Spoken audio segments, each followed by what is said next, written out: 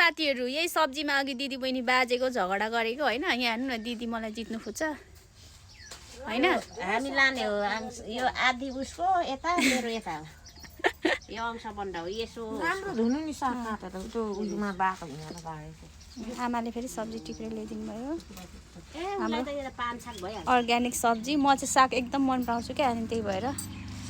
कति हुन्छ दिदी पान साग 5 छाक हुन्छ रे यो साग पान साग यो पान साग यो 3 छाक यो 2 छाक आमा पना एक हप्तै पुग्यो ल अर्ग्यानिक सब्जी खानुको फाइदा अर्कै हुन्छ एक हप्तै पुग्छ मलाई चाहिँ 1 छाक 2 छाक 3 छाक मात्रै हुन्छ हाम्रो चाहिँ अलिक धेर जान्छौँ नि त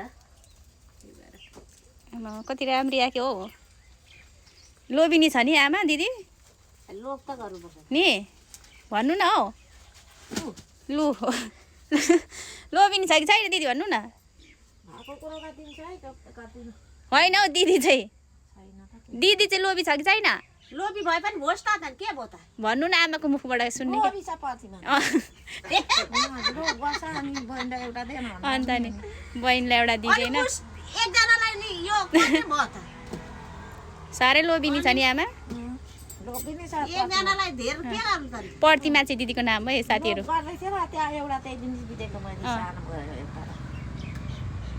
यस्तो छ है ल है साथीहरू यस्तो बैगुन दिदी देखाउ त यस्तो बैगुन देख्नु भएको छ यस्तो बैगुन कहाँ देख्नु साथीहरूले आजै होला फर्स्ट कति लामो छ है साथीहरू अनि दिदी यो चाहिँ कुन अरे चाइनिज के पऱ्यो तर अर्ग्यानिक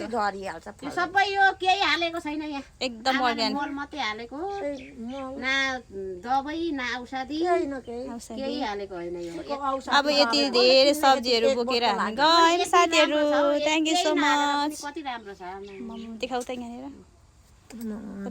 मिसाउँछस् नि फेरि मेरो त्यहाँ मेरो 6वटा छ नि